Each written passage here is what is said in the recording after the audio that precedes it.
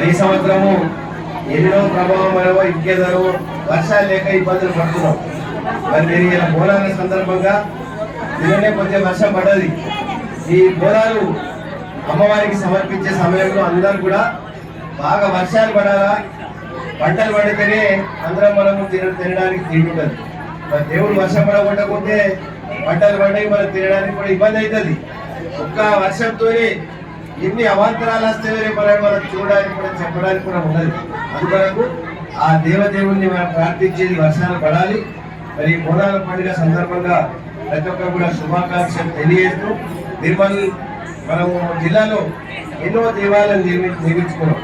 ఇక్కడ మదనపేటలో మహాలక్ష్మి అమ్మవారు, మరి గులార్పేటలో శివకోటి ఆలయం కానీ, రాయరాజేశ్వర అమ్మవారు కానీ, ఈ విధంగా ఎన్నో దేవాలయాలు నిర్మాణం చేసుకున్నాం.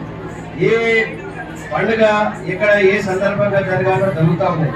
కాబట్టి ఇక్కడ కూడా ఆదర్శంగా బ్రహ్మాండంగా నిర్వహిస్తున్నారు. అందరికీ అచ్చరాలని ప్రతి ఒక్కరికి నేను హృదయపూర్వకంగా శుభాకాంక్షలు తెలియజేస్తూ ఈ బోనాలు ఒక యాత్ర, శోభాయాత్ర బ్రహ్మాండంగా జరగాలని చెప్పి శివసంతులకు, సాయన్న గారికి, నిర్వాహకులందరికీ నేను హృదయపూర్వకంగా కోరుతున్నాను.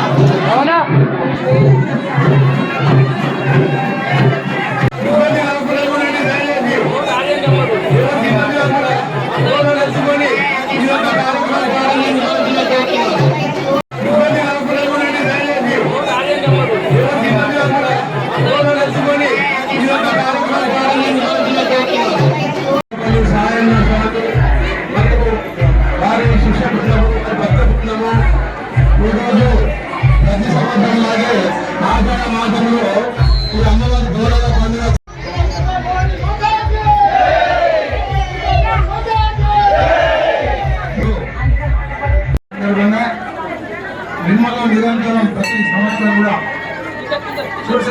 శోభయాత్ర నిర్మాణం జరుగుతున్నది. ముఖ్యంగా